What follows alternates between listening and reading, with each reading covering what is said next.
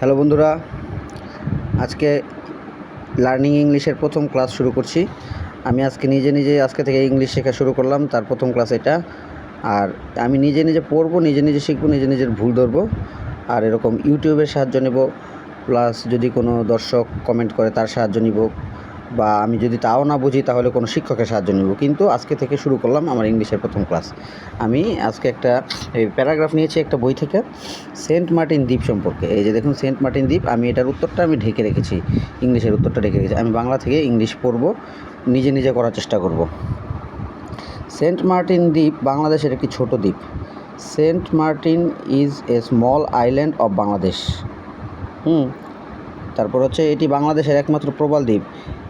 This is the only coral island of Bangladesh. দেখি, আমার মনে হচ্ছে এটা ভুল হয়েছে। কোরাল দ্বীপ, প্রবাল দ্বীপ মানে কোরাল আইল্যান্ড কি না? প্রথমটা কী হচ্ছে?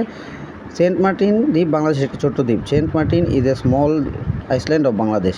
Saint Martins island is a small island in Bangladesh. এটা হয়েছে বলা যায়। এটা বাংলাদেশের একমাত্র প্রবাল দ্বীপ। This is the only coral island in Bangladesh. It is the only coral island in Bangladesh. ঠিক আছে।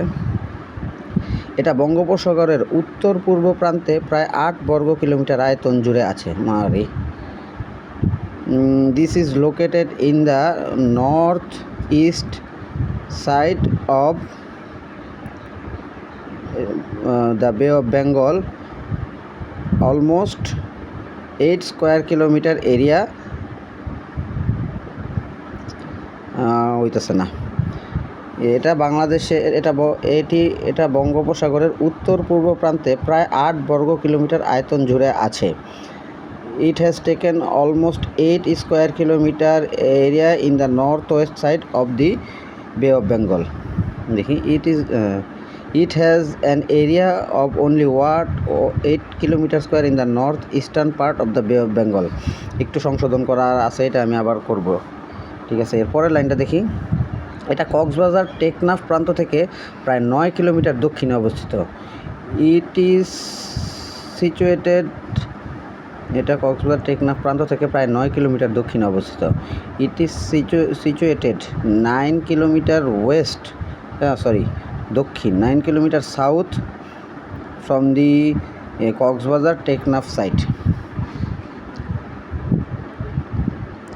It is about 9 kilometers south of the tip. বঙ্গোপসাগর কক্সবাজার টেকনাফ প্রান্ত হবে টিপ। It is about 9 kilometers south of the tip of the Cox's Bazar Teknaf. তারপরে এটার সাথে একটি ছোট দ্বীপ আছে। There is a small island with it. There is a small adjacent island. There is a সংলগ্ন দ্বীপ বলতে মনে হয় adjacent বোঝাবে। There is a small adjacent island with it.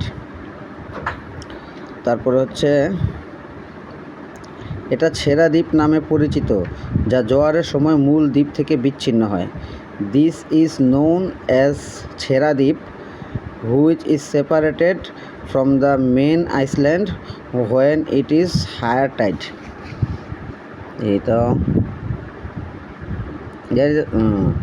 It is separated at high tide, called ছেঁড়া island.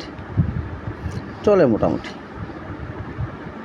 এটা মায়ানমারের দক্ষিণ পশ্চিম সৈকত থেকে প্রায় 8 কিলোমিটার পশ্চিমে অবস্থিত। এটা মায়ানমারের দক্ষিণ পশ্চিম সৈকত থেকে প্রায় 8 কিলোমিটার পশ্চিমে অবস্থিত। This is situated almost. এটা মায়ানমারের দক্ষিণ পশ্চিম সৈকত থেকে প্রায় 8, কোনটা আগে হইব কোনটা পরে হইব? এটা মায়ানমারের দক্ষিণ পশ্চিম সৈকত থেকে প্রায় 8 কিলোমিটার পশ্চিমে অবস্থিত। This is located 8 kilometre south West from the Myanmar beach. এটা হয় নাই মনে হয়।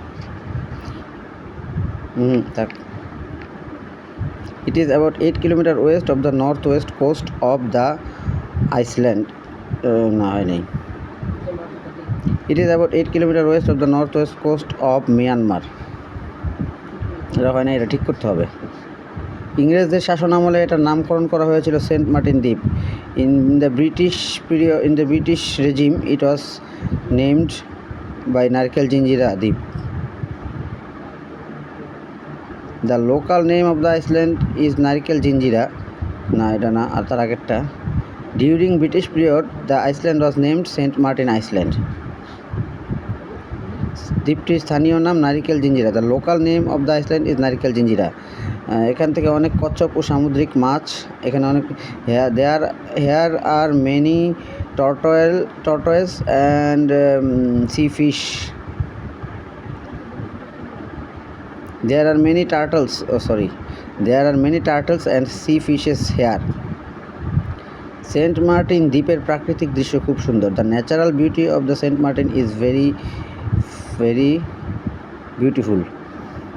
বর্তমানে এটি দেশের অন্যতম আকর্ষণীয় পর্যটন স্থান। At present this is a most attractive tourist place of Bangladesh. Now it is one of the attractive tourist place of our country. ঠিক আছে, অনেক কষ্ট হইলো, দেখা হবে পরের ভিডিওতে।